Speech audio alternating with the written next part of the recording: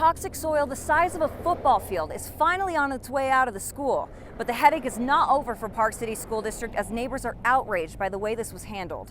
It's too late now. Soil known to be contaminated with lead and arsenic will be hauled off to Wasatch Regional Landfill in Grantsville after spending 5 years behind Treasure Mountain Junior High School. During a summer audit, the state found the Park City School District violated an agreement they made not to touch the area around the school.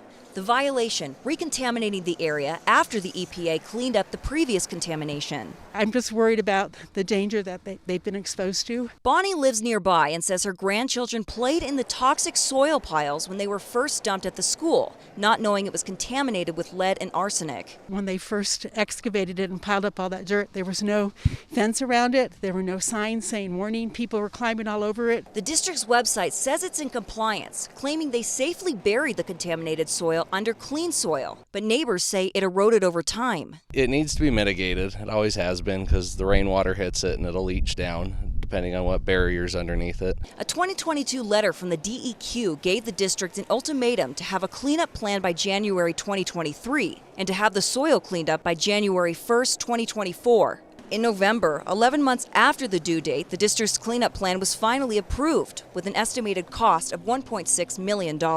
In a November Q&A, the district told parents they'd be funding the project through taxpayer funds, but they didn't tell them why they needed to clean up the recontamination. In Park City, I'm Darby Sparks, KUTV 2 News.